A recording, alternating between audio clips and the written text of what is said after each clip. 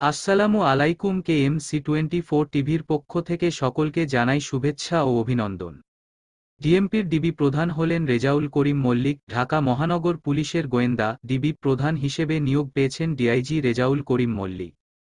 রোববার ১ September DMP commissioner Mohammad Mainul Hasan স্বাক্ষরিত এক অফিস আদেশে এ পদায়ন করা হয়। রেজাউল করিম মল্লিক ১৯৯৮ সালে বাংলাদেশ পুলিশে যোগদান করেন। তিনি ১৭তম বিসিএস ব্যাচের কর্মকর্তা, ডিআইজি।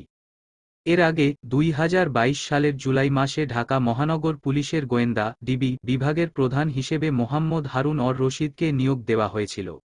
এদিকে আজ স্বরাষ্ট্র মন্ত্রণালয়ের জননিরাপত্তা বিভাগের পুলিশ এক শাখা উপসচিব মোহাম্মদ মাহাবুর রহমান শেখ স্বাক্ষরিত এক প্রজ্ঞাপনে বাংলাদেশ পুলিশের উপ মহাপুলিশ পরিদর্শক ডিআইজি ও অতিরিক্ত ডিআইজি পদমর্যাদার ২৬ কর্মকর্তাকে বদলি করা হয়েছে। সকল প্রকার আপডেট, সংবাদ, ফানি, বিনোদন ও সামাজিক ভিডিও দেখতে আমাদের চ্যানেল KMC24 টিভি সাবস্ক্রাইব করুন। ধন্যবাদ।